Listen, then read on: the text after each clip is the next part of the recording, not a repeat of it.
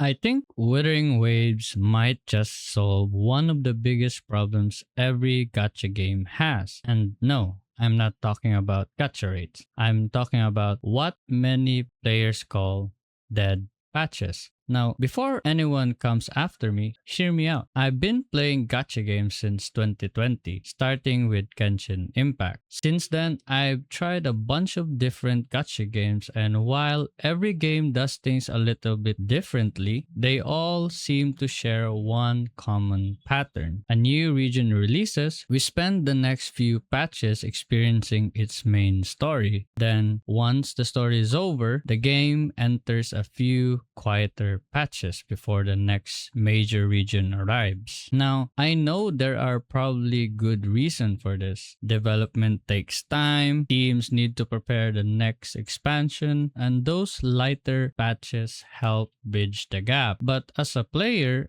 I've always felt like this is a missed opportunity. Instead of treating those quieter patches as downtime, why not use them to expand the region we've already fallen in love with? Take Jinzhou and Wuthering Waves. The game introduced so many interesting characters there, but for many of them, we barely scratched the surface. There are still stories left untold, relationships that could be explored, and parts of the region that deserves more attention.